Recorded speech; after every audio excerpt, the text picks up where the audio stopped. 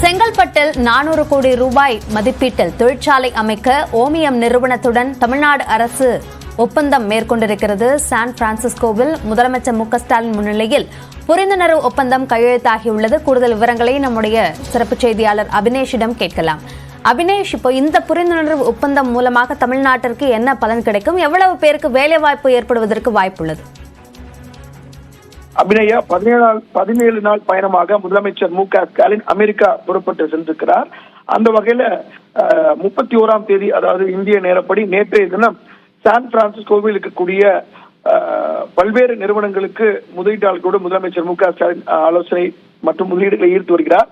அந்த வகையில 400 கோடி ரூபாய் மதிப்பீட்டில் 500 நபர்களுக்கு வேலை வாய்ப்பு அளிக்கும் வகையில ஓமியம் நிறுவனத்துடன் புரிந்துணர்வு ஒப்பந்தம் என்பது கையெழுத்தாக இருக்கிறது. இந்த நிறுவனத்தை பொறுத்தவரை எலக்ட்ரோலைசர்ஸ் உற்பத்தி மற்றும் கிரீன் ஹைட்ரஜன் உற்பத்தி துறையில 500 நபர்களுக்கு வேலை வாய்ப்பு அளிக்கக்கூடிய வகையில இந்த புரிந்துணர்வு ஒப்பந்தம் என்பது கையெழுத்தாக இருக்கிறது.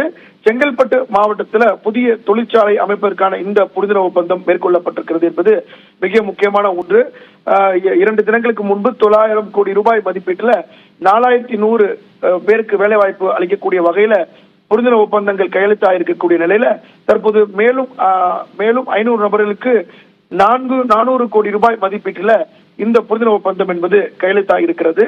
இதை பொறுத்தவரை தமிழ்நாடு அரசிற்கும் இந்த ஓமியம் நிறுவனத்திற்கும் இடையே பசுமை ஹைட்ரஜன் சொல்லக்கூடிய கிரீன் ஹைட்ரஜன், அதே போல எலக்ட்ரோலைசர்கள் உற்பத்தி துறையில இந்த நிறுவனம் என்பது தன்னுடைய தொழிற்சாலையை செங்கல்பட்டு மாவட்டத்தில் அமைக்க இருக்கிறது.